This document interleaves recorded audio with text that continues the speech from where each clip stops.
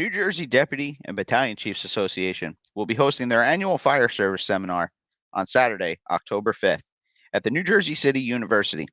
This year's speakers will include Chief Vincent Dunn, Chief Aaron Heller, and Chief Anthony Avillo, among many other fine firefighting minds.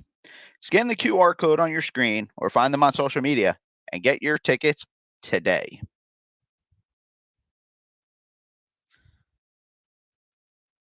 Get ready to launch your firefighting career with superior emergency training. Join their prep class for the New Jersey Fire Service entry-level firefighters exam on October 6th at the Brick Fire Academy. Sign up today. Don't be a number, be number one. Hi, everybody. How are you? Welcome to run number 31 of NJ Fire Guys. Tonight we have a very special guest, Chief of Department from Bloomfield, New Jersey, Lou Venezia. Fire Chief Lou Venezia has proudly served the Bloomfield Fire Department since his appointment in 1999. He was promoted to fire captain in 2009, deputy chief in 2014, and ultimately fire chief in 2018.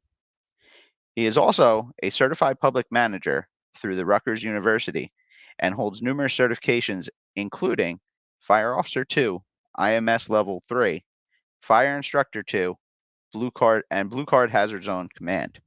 In addition to his fire service duties, Chief Venezia plays a significant role in community and civil organizations. He serves as the treasurer and manager of the Bloomfield Fire and Police Credit Union, which manages $10 million in assets. He is also a supervisor for the Department of Bloomfield's, for the Township of Bloomfield's building and zoning departments.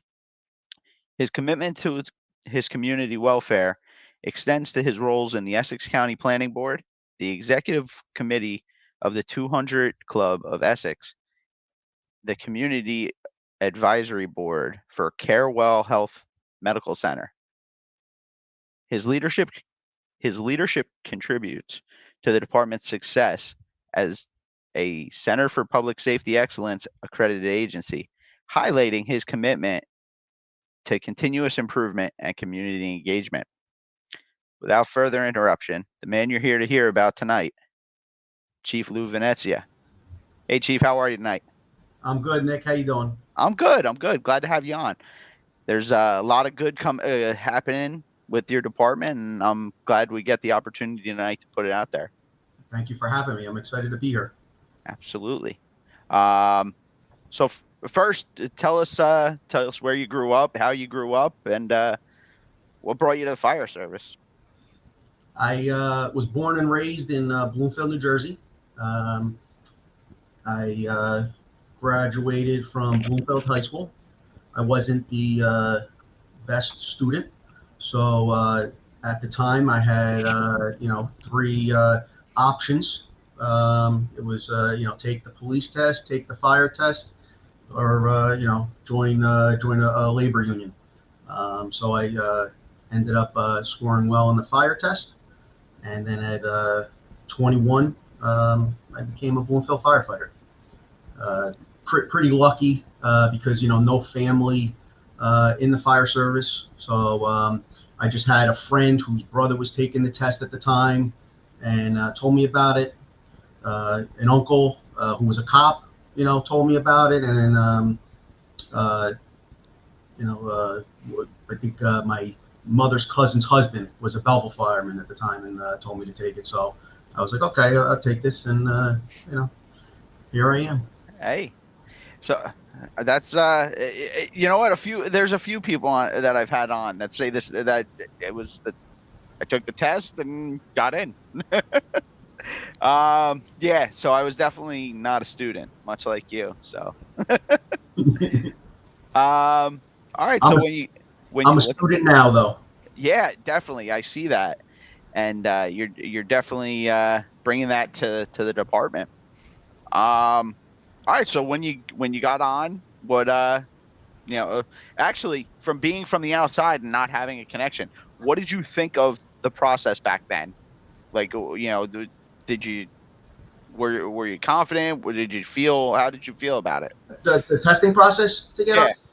on. Back then it was both written and physical. And I was 18, and I just came off, high school wrestling, which prepared me physically and mentally for it, discipline-wise. The test back then was just common sense, basic, education stuff, nothing too serious. And the physical test, I'm sure I did well on. I don't know, because I didn't know about prep courses back then. Not they may have been as prevalent. But luckily enough spots were called where my number sat, and that's how I got here. Now, how many was Bloomfield hiring a lot back then, or?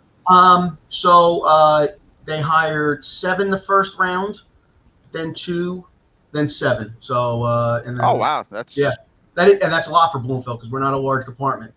I was just gonna say, give us a little background on the town and on the department itself. Yeah.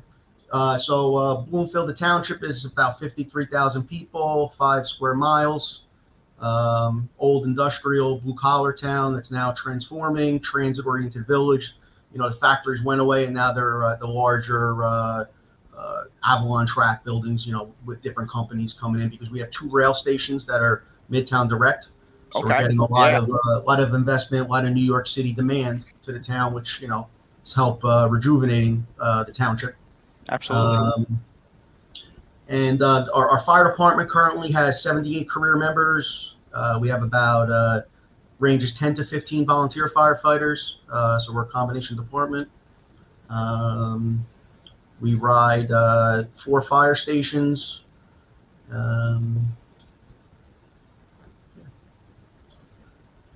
Now, are all 4 of the stations staffed 24/7, or Yes. is one a volunteer station, or how do you mingle the?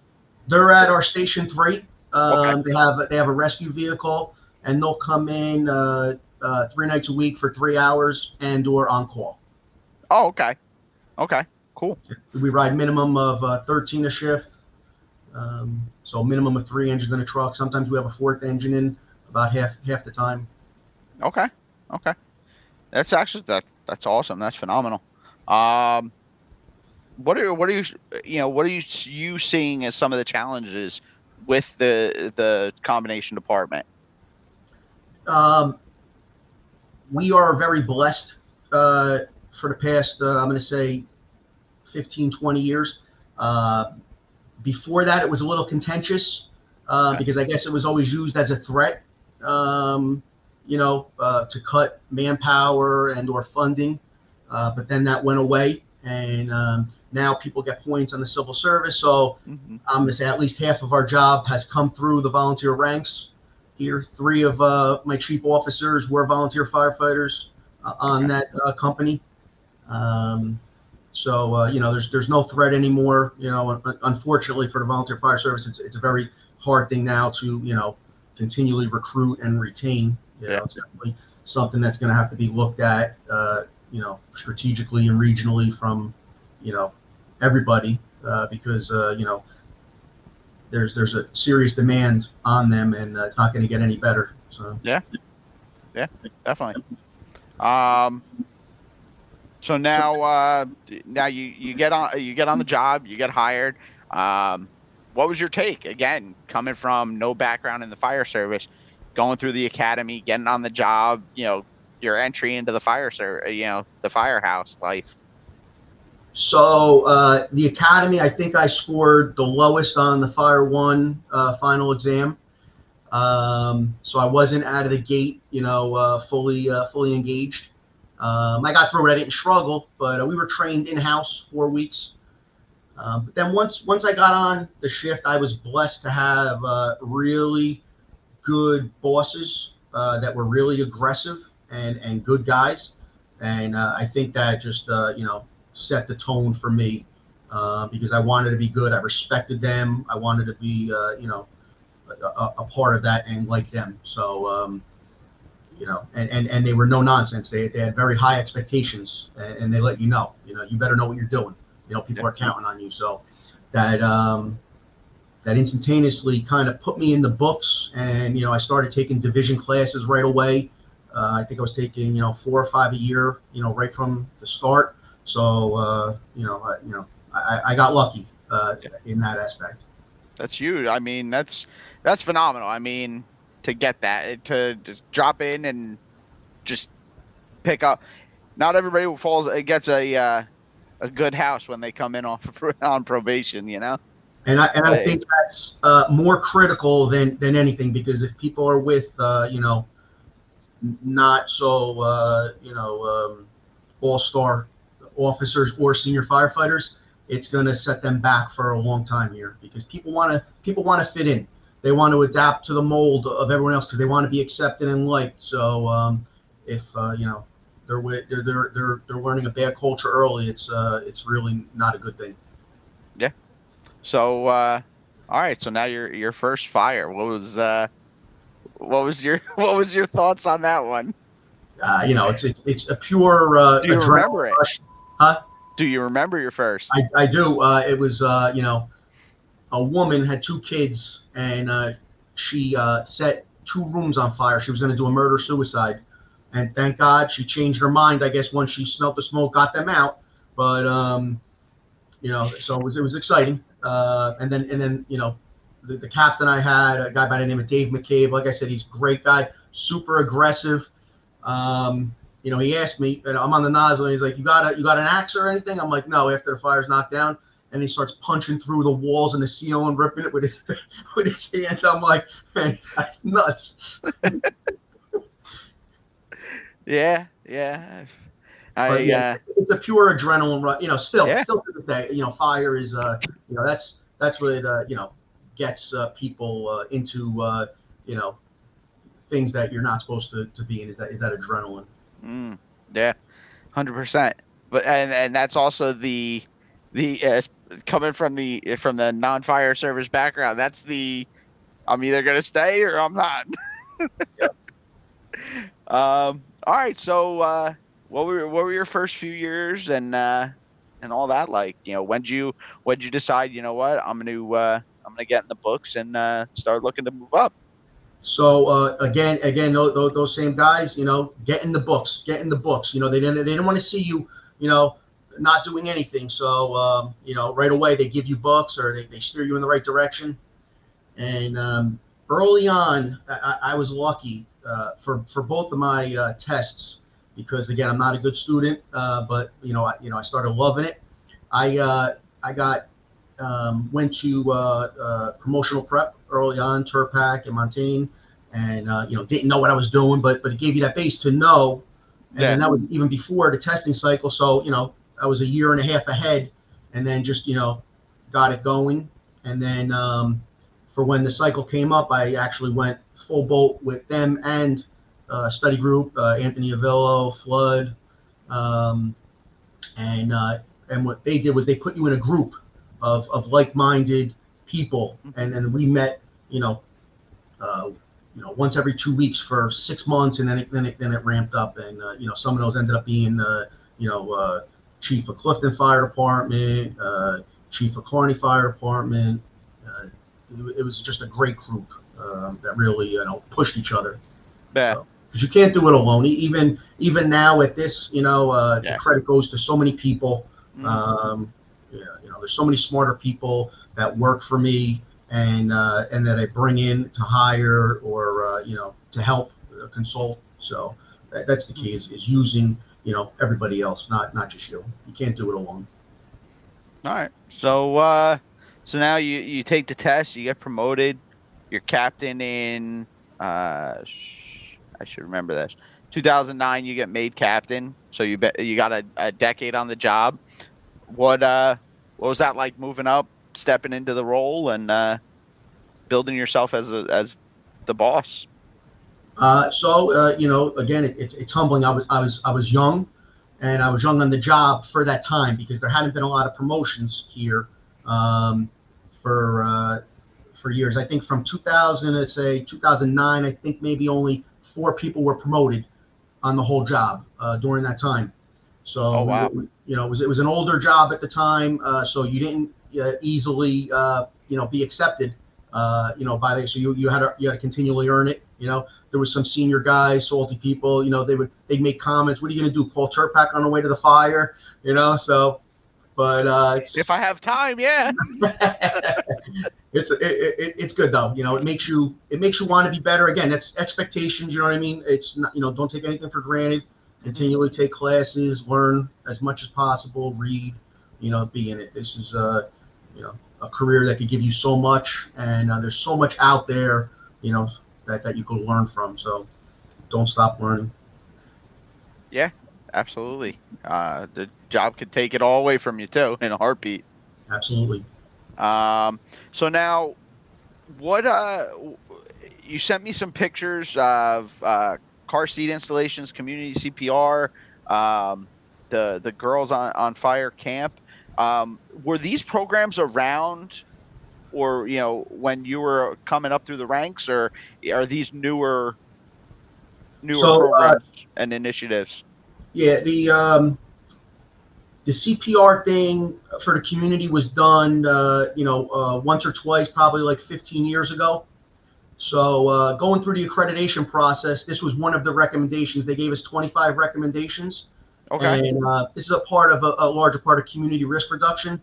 And then it's also great public relations to build trust in the community, provide a service. So we sent a few we sent one deputy chief and a firefighter to get trained by RWJ. In November, there's another 2 firefighters signed up for it because we're going to continually expand this program. So we're going to do this quarterly, train members of the community, and it's making a more resilient community, safer community all around, and providing a great public service. Absolutely. The girls' camp, we hired our first 2 female firefighters 2 or 3 years ago. And I saw on LinkedIn, somebody did a girls' camp somewhere across the country, and I brought it to them, and they started the program last year. And then this year we just, made it even that much better. The female firefighters got other female firefighters from neighboring departments involved, and it's just a huge success. All the kids love it. Brings awareness, to help increase females in the fire service. New Jersey's actually one of the lowest states, believe it or not, for that. So it's good. And then the car seat, probably 10 years ago, we sent 2 or 3 to get certified. Okay. Believe it or not, the certification is a 4-day certification. I don't know why. I used to just stick my knee in the car seat and pull the things tight. But and every 3 years, there's a ton of CEUs that they have to have. So to maintain the certification, it's a lot, but it's well worth it. We do it every Saturday of the month at fire headquarters. So people from the community, other communities, they come, help making the community safe and providing a service to them. And again, it's just a part of community risk reduction. That's great. That's awesome. That's phenomenal. So then I know you guys are also, you have technical rescue responsibilities, and have you guys always had those, or what kind of tertiary duties do you guys take on? Hazmat? So everybody's trained to the same hazmat level in New Jersey.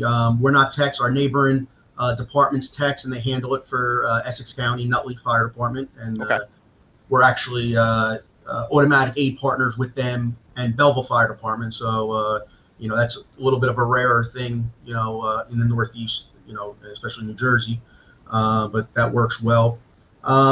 We're newer to it. We used to only be awareness level on stuff, and some younger captains were like, hey, can we do this or whatever? So yeah, absolutely, bring forward whatever you need. So we got rope rescue training, and we're doing more this year. Obviously we got destroyed. Yep, that's the rope rescue training. And actually this month in October, we're doing more of that to increase the knowledge and skills. After Ida, we got crushed in town. And so there was a need for the swift water like everybody else, there was rushed to that. We're now up to 11 technicians and 4 ops with more going. We're going to increase that number. Now, do you space them out so that so many are on each crew, or? Yeah, they're not each crew, and we're actually coming up with now. The team is how to implement it better for when storms are coming, states of emergencies, how many we need. So that's a work in progress right now. With we just had a meeting last week. This month too, we're doing elevator ops training. A gentleman from FDNY, Tony Tricarico, is coming in to teach us. Okay. And then we put in for a grant for confined space up to tech level for everybody. There's only 2 more rounds of that, so hopefully we're in those rounds. Yeah. Yeah, but we're going to continually expand that. We have a great group of young officers, young firefighters who want to learn, and I think it helps keep people motivated and overall increases morale. Absolutely. Definitely. Always a struggle, But if people are good at their job and if they're highly skilled, they're going to be highly motivated and not have low morale. Yeah, and vice versa. If they're highly motivated, they're going to make sure they're highly, and love the job. They're going to make sure they're highly skilled and trained, and they're going to go out of their way to know what they're doing and be ready to do the job. There's no bigger insult than watching an emergency in your town and somebody else, you got to call somebody else to come take care of it. Absolutely. And with that said, I want to get our guys to the level where then they can start getting involved with the task force 1, because we never had any involvement in that. So we want to be there right there with those guys. Yeah, absolutely. That would be huge. You get on that UASC money and UASC team. I just got a UASC tool. Nutley let me know. They're giving us a Trident nozzle, so I look it up, and it's $190. So thank you, UASC, for that gift. I'll take it. Hell yeah! I got excited when he first said it, but I guess it's for decon, and we're part of a regional decon team. Hey, I'll take it. Yeah. I'll take it. You call me for a nozzle. You're still calling me. Hey, listen, that's one thing, I'm big on is finding other people's money. And I want to mention if there's other chiefs on here, if you're not aware, if you're a part of GIFs, they have, money they'll give you every year for different trainings or whatever, or host the trainings for free. So, before you go and spend money, utilize, your GIF or what's out there. So. Yeah, definitely. Hey, if I can get somebody else to pay for my bloodborne pathogens and that's money I can put somewhere else towards other needs or other training for the guys, which is more I can do for the community, which Absolutely. Is our end goal. Yep. All right. So now you're captain, you're moving up through the ranks. How long were you in the position before you, you felt like you owned it, like you were comfortable in it? Or what was that moment? Or what was that moment that you were like, all right, I got this? I'm going to say never. I'm chief for 6 years and I'm still learning. I still don't have it mastered. So, I'm of that way. It's nothing's ever good enough for me. You know what I mean? You got to, continually, get better, be better. With that said, I love, fighting fires. You know what I mean? I don't know if it's because I'm an adrenaline junkie. I don't think I am because I don't really like rides or anything. But it just, that's something I love. So yeah. I wanted to be good at that and be aggressive, be smart. There's not be stupid aggressive, but that's why it's very important to learn as much as possible because then you could be more aggressive. Yeah. And stay safe with it. Yep, definitely. All right, so you're captain and you moved up. you kept testing. Why? So, in 5 years you went up to the deputy chief. Came off the floor, got out of the fire. Man. No, well, the deputy, we're our shift commanders on our job. So I stayed on shift or whatever. It's almost akin to being a coach. I coached wrestling for years, so Okay. you get to help mold more people. You can look at it like that, help, improve, more. Yeah, you're coming out of, fighting fires or being with the guys, but that's the way I more looked at it. Yeah. Overall, like, you become more strategic. Well, and sounds like you're a guy like me where you're just hungry and you want the next challenge, the Yeah. next set of challenges, if you will. Yes. Plus, you make more money. So Well, the money ain't bad. The I, money ain't I, bad. I have a wife and kids that spend a lot of money. I don't know. Yeah, that happens. Hey, at the end of the day, we can love this job as much as we want. At the end of the day, it's a job. Um, so you get into the seat, and so now your deputy chiefs, excuse me, are tour commanders. Do you have like an administrative deputy chief, or is there some kind of graduate, like, okay, there's a process to get it, once you pass the test, there's a process that they prep you, or uh, before you actually get a spot? Now, back then, no. You're kind of thrown to the fire. They'll tell you, oh, take this class or that class, but no real formal process. Back then, there was only an administrative captain upstairs, on staff. Okay.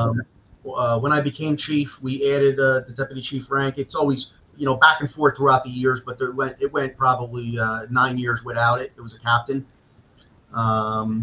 And actually, right now, we're in the process of doing a little reorg on the department. We've promoted battalion chiefs. So Okay. the shifts are eventually going to be 4 battalion chiefs and Okay. then 2 administrative deputy chiefs on staff. Okay. So we're in the middle of that transition. Okay. It'll be all shaked out probably within the next year. Okay. So now that'll, do you have deputies retiring, or? Yeah, there's another deputy chief retiring, and then we'll add another staff position. Okay.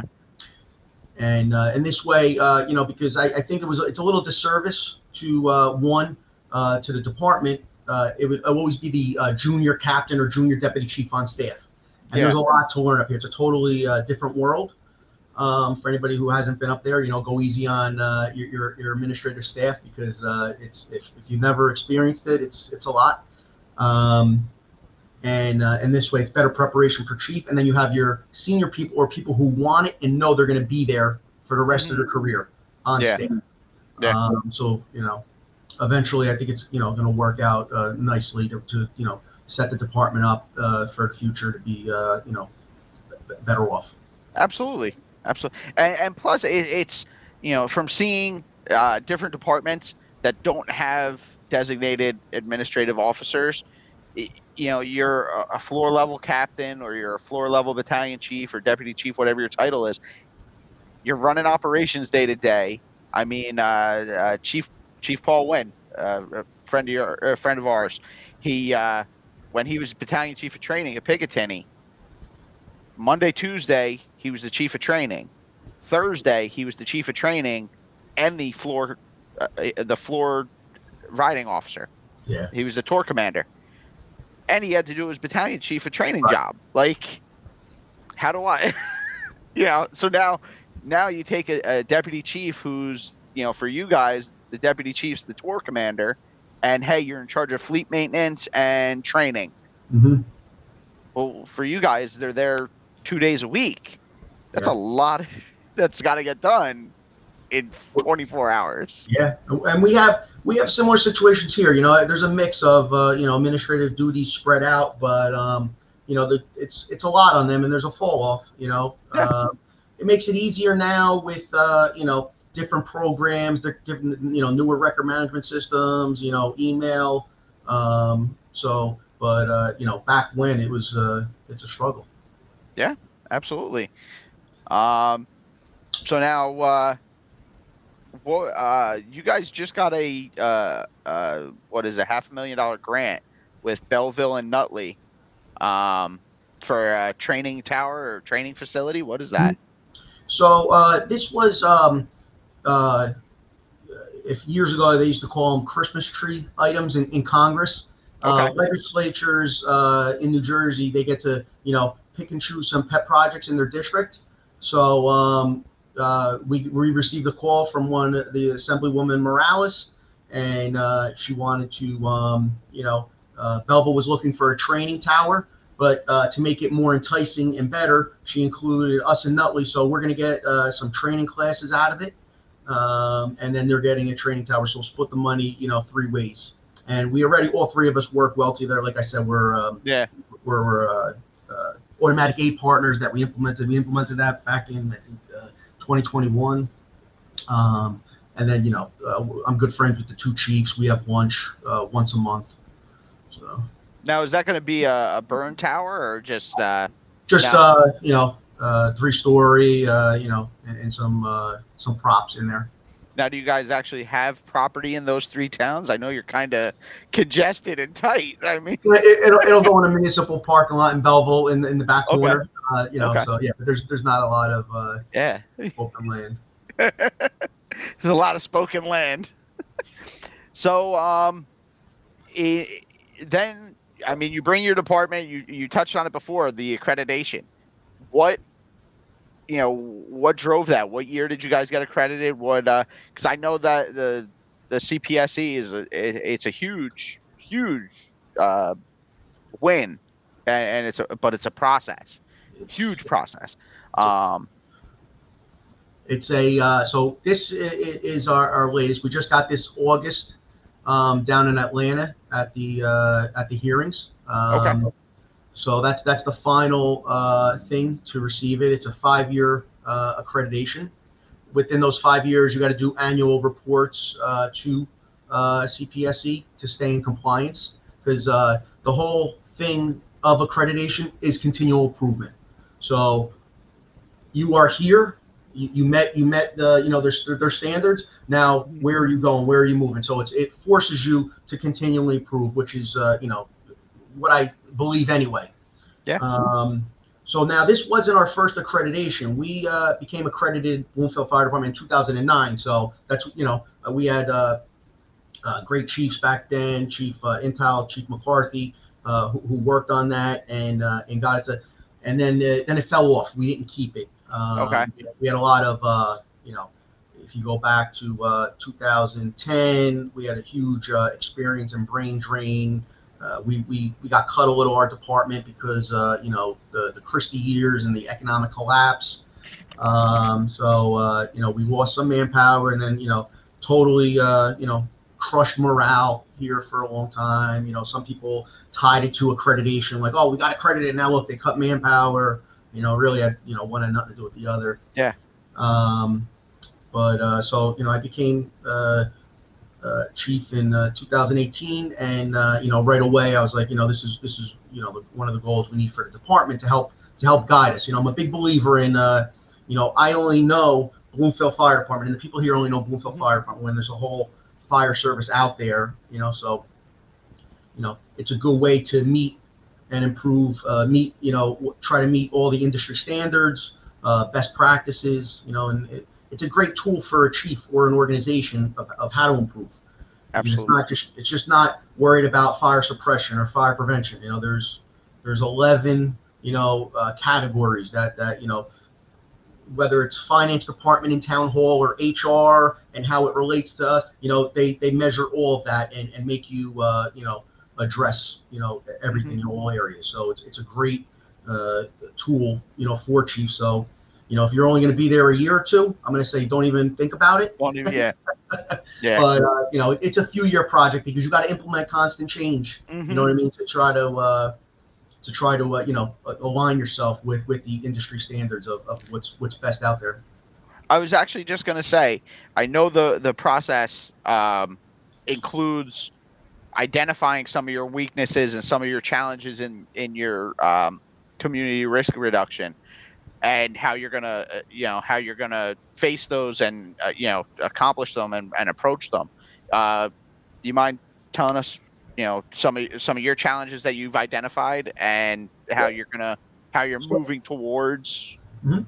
So, there's three legs to the accreditation process. One is the strategic plan.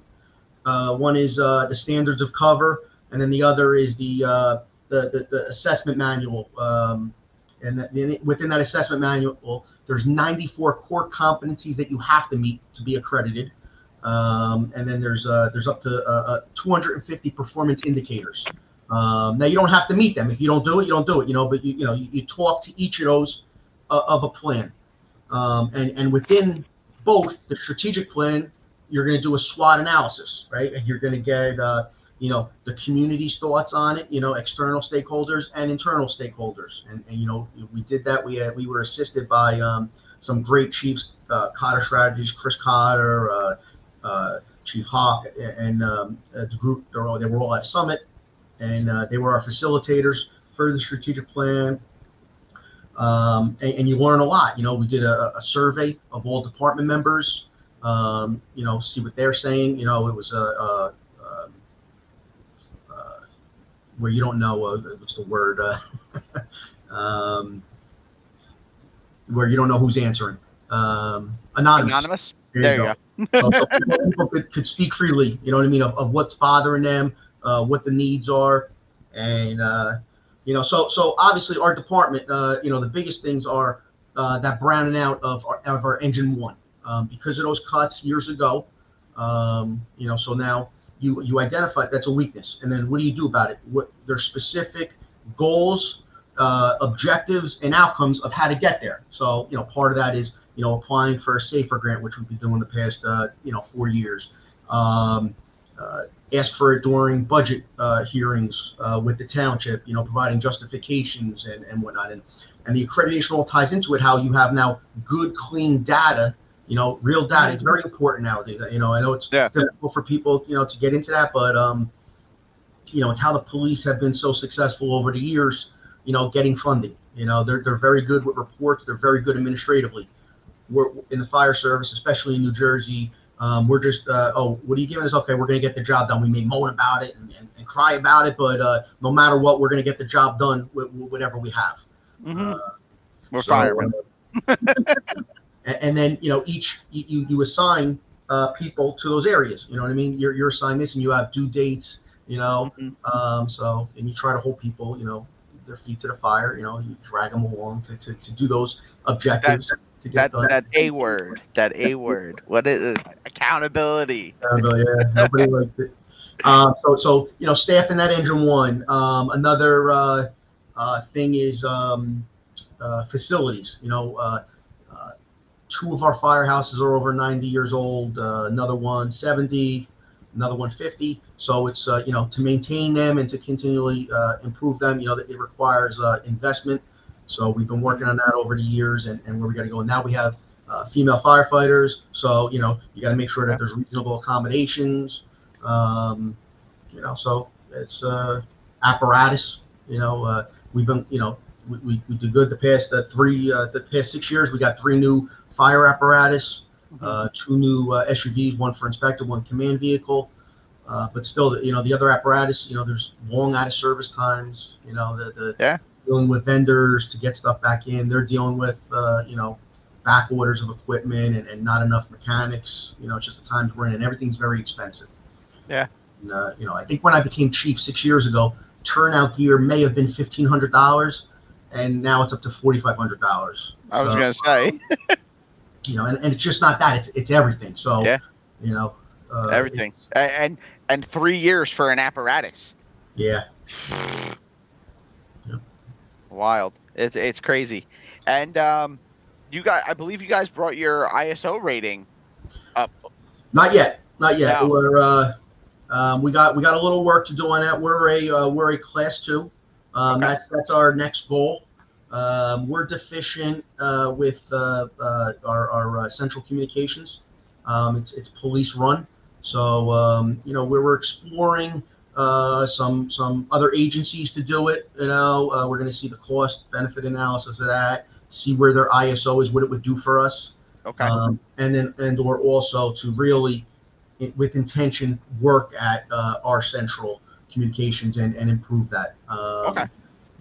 So if we improve that, I think, next time around, or we'll call for it early, I think we're in very good shape, to get that. Excellent. That'd be awesome. Yeah, it'd be very exciting. Like I said, very big things in Bloomfield. You guys are making big strides, and really showing the tip of the spear. So now you guys are also got involved with Blue Card, Hazard Zone IC. What because I'm a huge proponent. But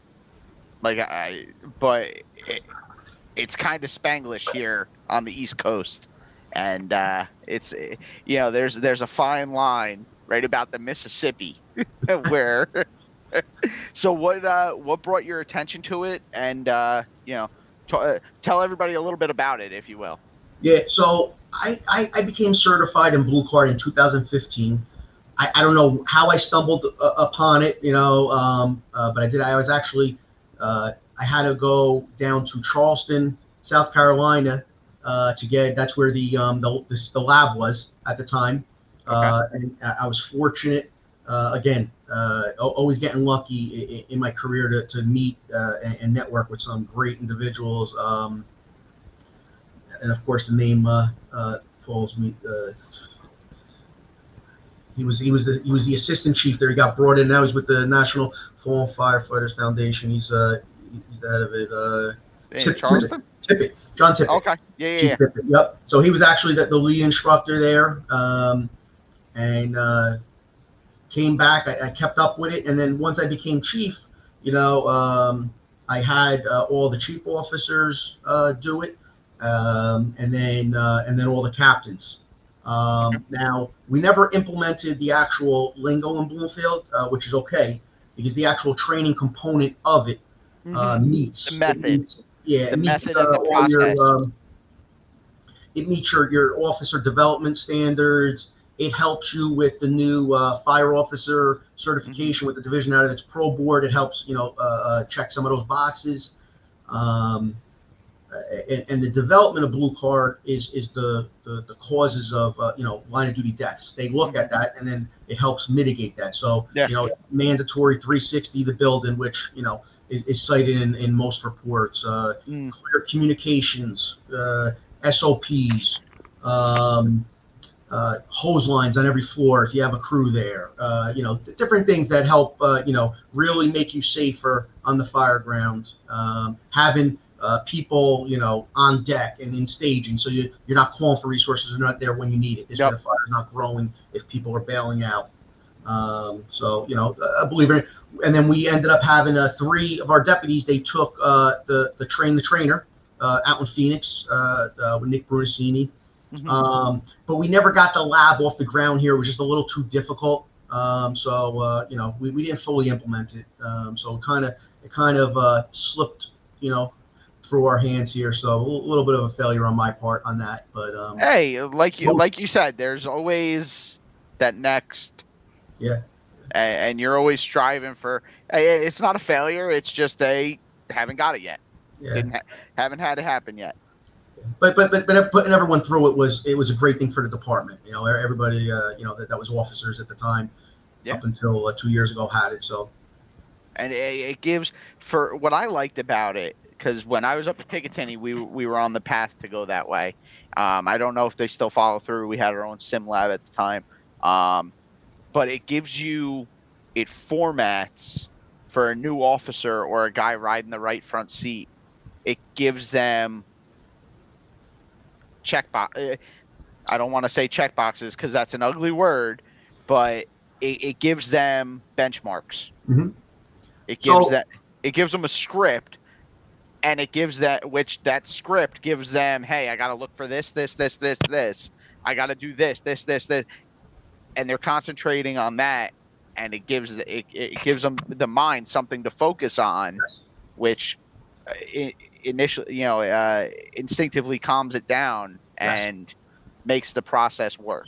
You talk about checking the box, how people hate it, but it's very important because it takes away the emotion of it. It becomes muscle memory. And then that lessens tunnel vision. So when you do stuff repetitively the same way nonstop, airline pilots, they go through checklists. The Yep. military, it's checklists. You gotta dummy it down, and it's not dumbing it down. It's actually raising up this way. You're not all over the place all the time, different times. I have a comment here from Kevin Cohen. Chief, talk to us about the importance of training and how you got it to the level where it is now. I've always loved training, and so I understood the importance of it. A few ISO reports ago, we got dinged for the training, and I was in on those meetings with the ISO, and it opened my eyes, a little bit to it. So that helps form a template of what you need, and then you just gotta fill it in, So there's different variations of training. You need to have company level training. You gotta have department level training. You gotta have annual training, and if you want to be follow the standard, and we work 24/72 schedule, as most of New Jersey does. You have to train according to NFPA standards 20 hours a month for a professional firefighter. Now, that's not being a Navy SEAL of firefighting. That's the standard, and the standard is the minimum standard. So if you think about it that way, and then there's 8 shifts a month, if you're off one, that's 7. You're almost at 3 hours a day, to do training. Now we know, most are not doing that, and that's okay, but you want to be working towards that. So, to be good at your job as a firefighter, there's a few basic things that you need to do. You better know how to, get, 1 line, 2 lines of operation. You don't got to be a mathematician. Some people want to teach you, crazy pumps, although there's nothing wrong with that. It's always good to know exactly what you do. Getting that hydrant hooked up, putting up a ladder, climbing up and down through that ladder. There's things you could do on your own, to be very good, as individuals. So if people aren't training you, you could do it yourself.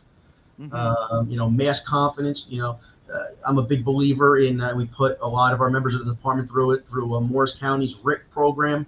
I almost believe it's something that should almost be an every 5-year requirement of firefighters, because the more that take that, the more around them and themselves are going to get in less trouble, or be able to rescue themselves. So, and then you'll be able to be more aggressive as a firefighter and be better. But just knowing the ISO standards of the training and breaking it down and coming up with a plan. It's not rocket science. Stick to the basics. I try to. A friend of mine is Dan Carrigan from Firefighter Functional Fitness, and he talks about I think in Bloomfield we may spend $100,000 a year on apparatus maintenance, right? So that's just for apparatus that mean nothing, that don't mean nothing. But if the thing breaks down, it's not But a human, whether it be on physical fitness or training, what are people's budgets? You know what I mean? I think when I first came in, our training budget may have been, $10,000, so, it's very expensive to train, but it's critical. Absolutely. And I think also, the more departments can remove the barriers to give people access to training, like in Bloomfield, we allow people to take any class, we're going to pay for it. If they're on duty, we're giving them time off to take it. There's certain classes that, like if I want them to take, like if it's the RIC class or Swift Water, I offer overtime on their time off. It's costly, but people are, the most valuable asset here. So, it's important to have well-trained people and, to meet those standards. So again, using ISO, using accreditation, I don't know, you know what I mean? So you use what's out there, what's best practices, and that's how you come up with, how to, train and what to train on and whatnot. And you want to stick to also what is in your community, train to what you're going to face. 2.5-story frames. We got 4-story ordinaries. You got to be proficient in what your community expects. Don't be, training on high rise if you only have 2.5-story frames, different stuff like that. Absolutely. You hit the key on the head. You hit the nail on the head before in your statement. If you're not investing in training, you're investing in failure. And in our job, that's, like you said, you went from, your department went from like a approximately a $10,000 training budget to, I don't even want to say the number. Well, but it's a lot. But again, how much is my life worth? How much is your life worth? How much is that life that is inside that burning building worth? Absolutely. That's my thought process on it. And you're big on customer service like I am. How much is that, that oh, hey, you know what? My great grandmother's wedding picture is in the house. Mm-hmm. How much is that worth? That's priceless to that person. And you being able to save that, it's huge. That costs dividends for you. I also want to think two things. Somebody calling 911 for an emergency, most, not repeat offenders, they're only going to have one interaction with you or your department in their life, and so you better be good, you better be professional, you better be nice, because you don't get a redo. And then also, you don't want to be caught on YouTube. Everyone's got a camera, everyone's going to be filming you fumbling a ladder, not being able to get it off the rig, tripping, and not being able to put it up, hitting branches and whatnot. Be good at it. Be good at the simple stuff, and you'll look like a hero, and to all your friends and family instead of Yeah. Don't be a social media sensation for the wrong reasons. You want me to answer Chief Collier's question? No. He's jumping ahead. He's jumping ahead, and if he has watched this show, he knows he's jumping ahead. We will get there when we get there. Respectfully, Chief. Next is going to want to know whether it's pork roll or tail or ham. Listen, Chief Collier, as a very young firefighter, I took a few division classes with him or whatever. So again, so many people have a hand in being able to teach or have an effect. You know what I mean? There's so many people out there. So it's important to be involved and to help out. And he's still involved with the National Fallen Firefighters Foundation. So great gentleman. Absolutely, definitely, great guy.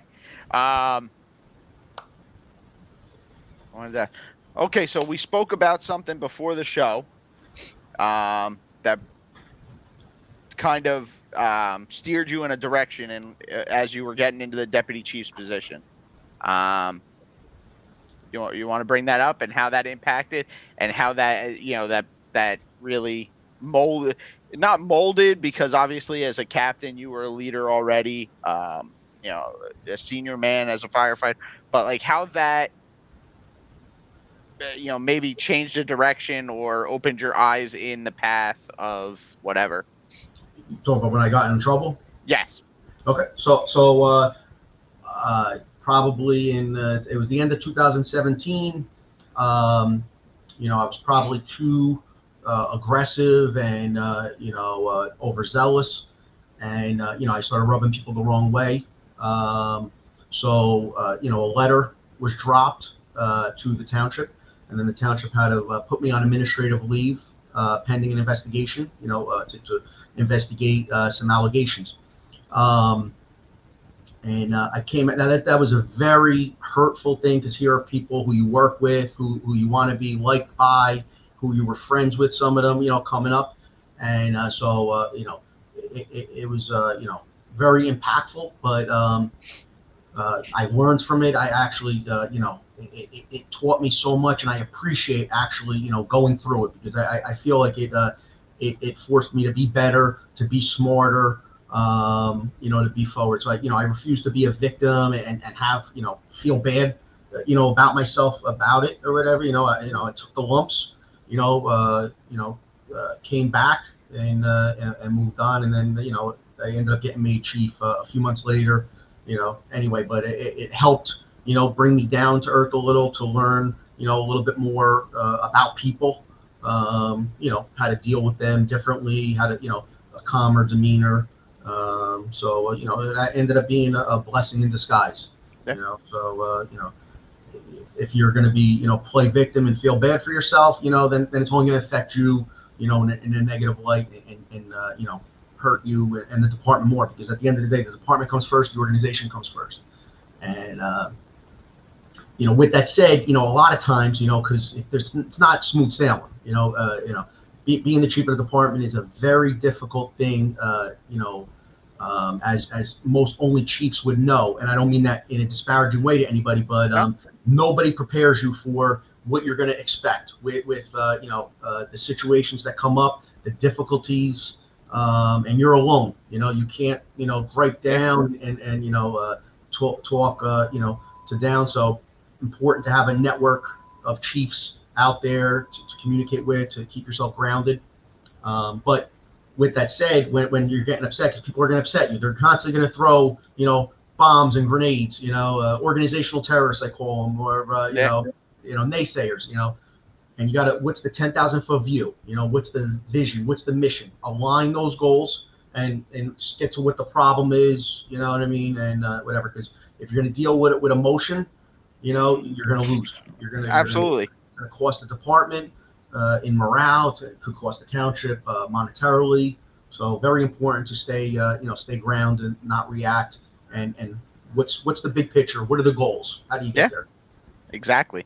And that's really, especially going into a chief level position, that's definitely got to be a like you said, a blessing in disguise. You know what? These people aren't, it's not about friendship anymore. It's not about being the guy on the back step with you or smoking cigars out back after dinner. It's, yeah, you're right. I'm going to have to make decisions that they're not going to like. I'm going to have to tell them no sometimes. And Chief Harry Carter, rest his soul, told me a long time ago when I was a young fireman. I was very blessed to have him as a close family friend and as a mentor for many years. Told me a long time ago. He goes, if you're in a leadership position and everybody's happy with you, they're lying to you, or you're about to get fired. and now, like, obviously I was young. I was 18, 19. That didn't mean anything to me. But now that I've been in and out of roles and positions in my life, and he's 100% right. If everybody's smiling and laughing with you, they're not doing it when you walk out of the room. No. Because every decision you make for this person likes, this person or this group doesn't like it. And I mean, look at society today. Yeah. You can't please anybody anymore. No. So it's a challenge. You gotta have thick skin and know you gotta be okay with not being liked by everybody. It's not gonna happen. And if you're pushing the organization forward with the training, exactly. As Kevin said, it's uncomfortable. People didn't like it. They said, "What are we doing this for? What are we doing this for?" So to continually push and push people where it's a little uncomfortable. It makes people uncomfortable, and then they don't like it. And the resistance is real. It's not easy. Yeah. So you got to continually get buy-in and show the value in it, show the why. And that's tiresome too, because what were we taught? When we were younger or whatever. It's it's a paramilitary organization, this and that, and the chief, you got to you could order people or whatever, and it's not going to on the fire ground, obviously, but when you're trying to change people or change an organization, change that culture, it's a grind. It's like banging your head against the wall. So you better be have grit and determination and be stubborn about it. But again, what's the goal? What's the what's that vision? Very, very important. To take yourself out of the mud sometimes. True success is on the other side of the comfort zone. All right, so Do you have anything else you want to touch on or bring up or You know, I think you know, just important to uh, people sometimes get unhappy, you know, within the organization, right? They you know, oh, this place sucks, or you know, the chief sucks, and this and that. You know, and that may be the case, but most times it's not. You know, I'm in the chiefs associations, and you know a lot of the chiefs, and then you know, you'll talk to the fireman or whatever, and oh, my chief sucks, and I'm like, I don't suck. You know what I mean? Like yeah, you may not like him or whatever, but you know, not everybody's gonna like the boss, and you know, so what those individuals should do, what I tell, you know, get outside of where you are, um, take classes, network with people, and then you'll raise up that level, you know, that mindset. It's all about mindset and a good attitude. And it's okay to be unhappy once in a while. It's human nature. But if you're continually unhappy, you know, I really doubt you're in the wrong profession or you hate being a firefighter. So, you know, get better at it. You know what I mean? Improve yourself, and you'll end up being happier. So network, build relationships.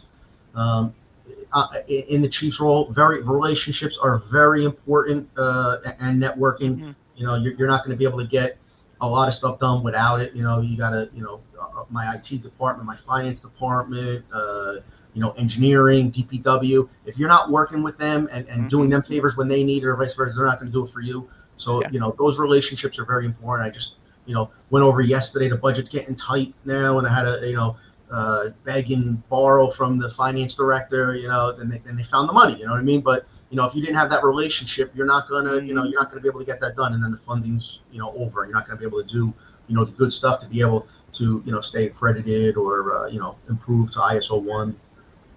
Well, unfortunately, like for your department, what would be some of the dollar signs or the programs that you would lose first?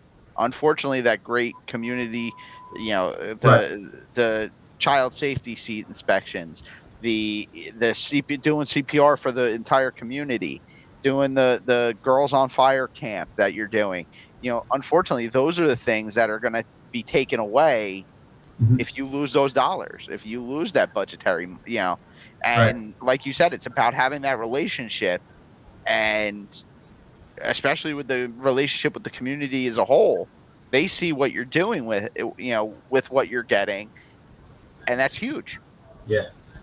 Now, having the respect of the community, you know, naturally firefighters and fire departments, you know, are loved automatically within the community. You know, there's a level of trust, you know, that's second to none for firefighters. And then also, you know, I think it really comes down to because we're selfless in our job. You know, we're no matter what, if it's a cracked in or a mansion, you know, we're gonna put in the same effort to you know, to fight that fire or treat that EMS patient. Yeah. So you know, I think that selflessness is recognized by the community. But community engagement, very important. We're a big believer in Bloomfield. We go to block parties. You know, we do all this other stuff. It's very important to be out there. Absolutely. And then, you know, I want to say, you know, be active in the organizations, you know, whether it be the FMBA, the PFA&J, for union purposes. You know, that you need good people with heads on their shoulders that are representing your organization. Be active with, you know, the Chiefs Associations, you saw the Deputy Chiefs Association. You know, I'm an active member of that. You know, the Career Chiefs Association, New Jersey Fire Chiefs Association. Take advantage of National Fire Academy. They have online classes. They have New Jersey Weekend. They have, you know, programs. If you know, it's a shame. I go to New Jersey Weekend and there's, you know, maybe 50 people from New Jersey there, and I'm going to say there's probably 15 of them are retired. You know, people go when they're retired. That's how, you know, people once they go. You know, very important early on in your career. Take advantage of as much as you can and keep that fire going. And like you said, go out, get out of your firehouse bubble, your cube, and go take. We have classes in New Jersey almost every week, if not monthly, and some of the greatest fire instructors in the country come here to New Jersey to teach, and on the weekend for $50 a class or something like that. You can hear, guys from Connecticut, California, Arizona, Florida, all over the country come here to teach. Yeah. And again, you get out of your bubble, you talk to other guys, and you know what? That rejuvenates you. That's why I started doing it. And we have, I've gone to FDIC and I've gone to Firehouse Expo in Baltimore. Firehouse Expo. They used to have Firehouse in New Jersey, in Atlantic City for 2 or 3 years. I went there. It was great. Three of the best instructors are, and I don't want to leave anybody off, but, Chief Turpak, Chief Avillo, and Chief Escuso, right here from Northeast New Jersey, in the country, very sought after. They do a great job on the circuit. New Jersey, we do a lot with very little, with firefighting. We're a very cut up state with 565 municipalities. So you don't get that big department where you get the backup and people try doing it all on their own. But chiefs wear a lot of hats. Incident commanders wear a lot of hats. So very important to be, get better, be good. Right there, a bunch of chiefs wearing many hats. There you go. But all right, so if you don't have anything else, we will get to the Jersey questions. Sure. For Chief Collier, so that he can hear the answer to your question. Down the shore. We go down the shore. Number 1, is it pork roll or Taylor ham? Taylor ham. Okay. Number 2. Number 2, best pizza. Best pizza place? Yeah, best pizza. Angeloni's in Caldwell, New Jersey. Okay.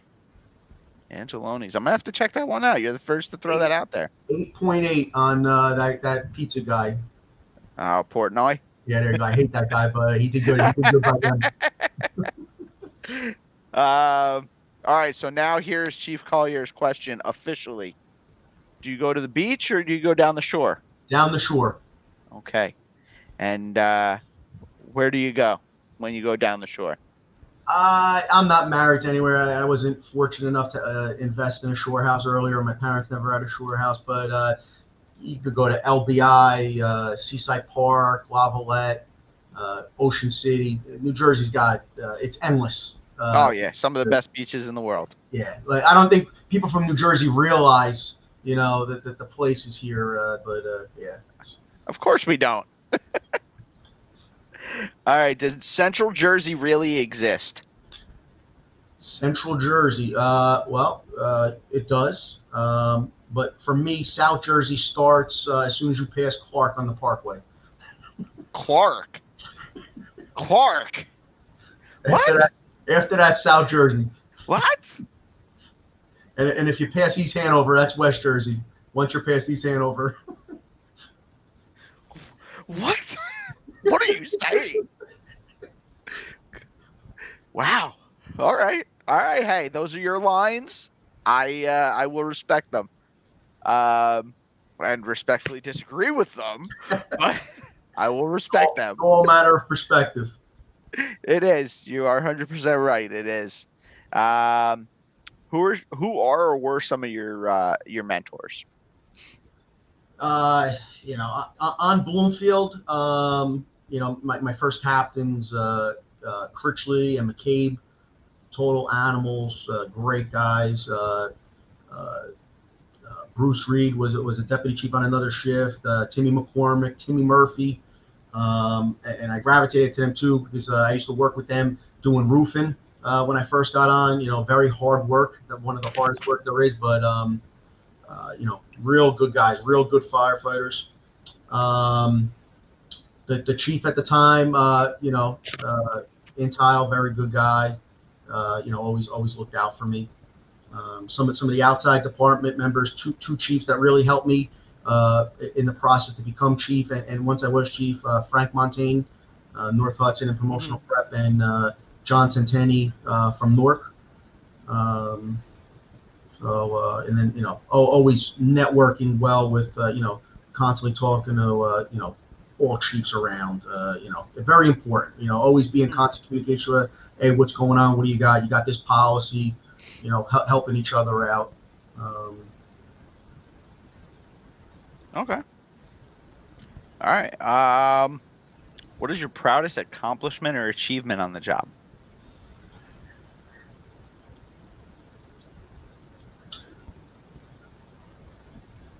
I love when people, are continuing. Right now, we have more people that are being certified: fire inspectors, fire officials, swift water,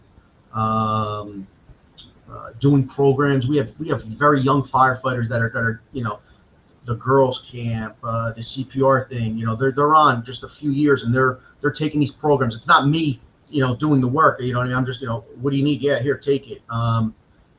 So I thrive off of that. The young captains that one young captain was our accreditation manager, really took us. You know what I mean?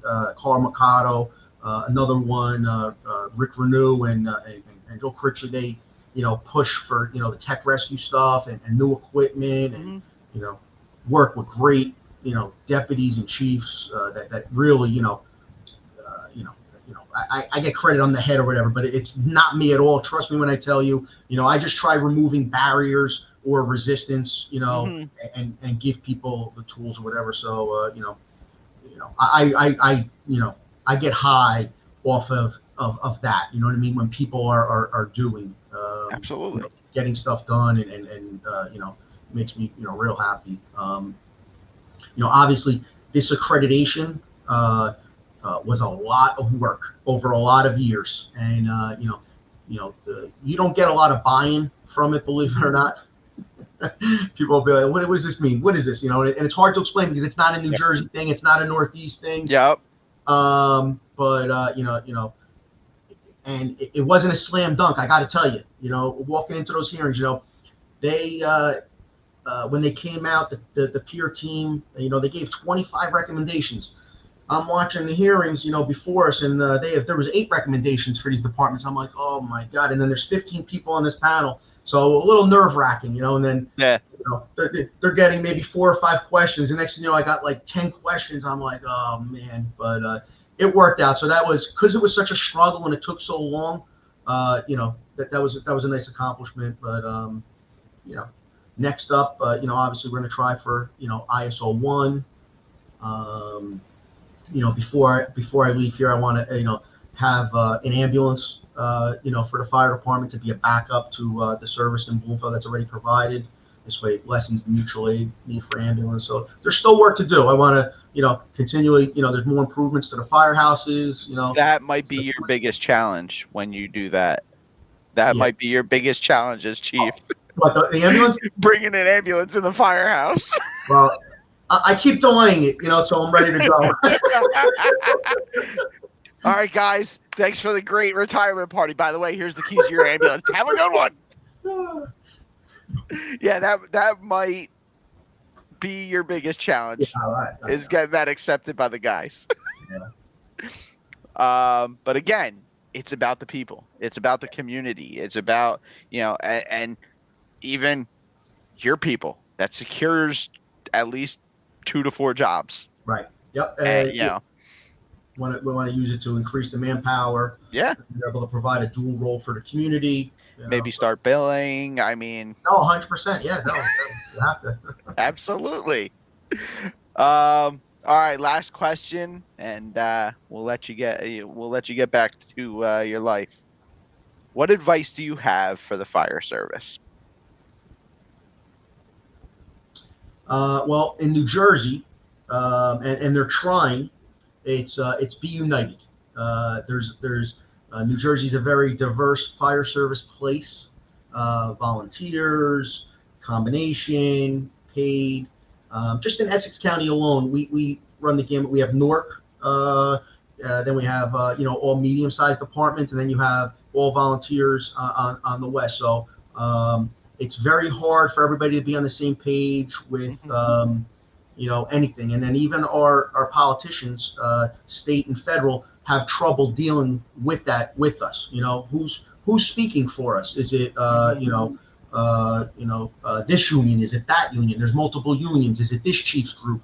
So that presents and sets us back a lot with funding, with legislation. So that's a big challenge.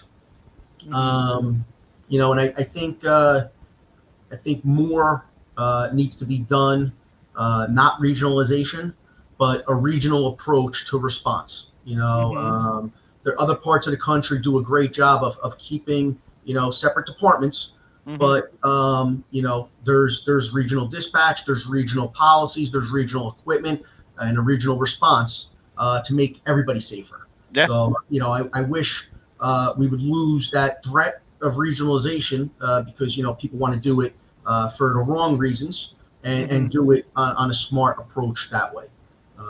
I think that's very important to keep people safer and and have us be more efficient. Okay. All right. I actually I slipped my mind to ask you. I gotta make it one of my questions. How are you guys approaching the upcoming impending OSHA standard change? Honestly, I believe that in New Jersey, the chiefs associations and the League of Municipalities are working together to be on the same page for the comment on that, so it doesn't too much negatively impact us. And hopefully it'll be more of a positive changes. I like to think that it'll actually be better for Bloomfield. We're very we try being very progressive and doing a lot of that stuff anyway. And I think it may remove some of the handcuffs that I may face to get some stuff done or whatever. Yeah. But you want to make sure that if they implement those changes, you're not crippling municipalities. You're not crippling volunteer fire department. Yeah. You're not crippling the municipal budgets to help pay for this stuff. So as long as it's done right with input and they're looking for input, I would look forward to if they're looking to make people safer, let's go. Yeah, absolutely. I agree 100%. All right. Do you have any shout outs? Anybody we want to say hi to? Thank you to? Hi, Mom. Hi, Mom.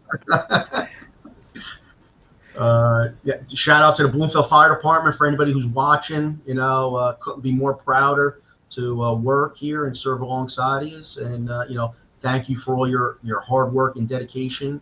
Continue to make the township proud. Absolutely. Wow. And NJFMBA. Excellent. All right, I'm gonna put you in the backstage area. We'll say our goodbyes off air. I'll be back with you in a second. Thank you, everybody. All right, everybody, that wraps up run number 31 with Chief Venezia of the Bloomfield Fire Department. If you're enjoying the show, please like, subscribe, and feel free to share it with all your friends. You can find us anywhere that you watch or listen to your podcasts. Have a good one and stay safe.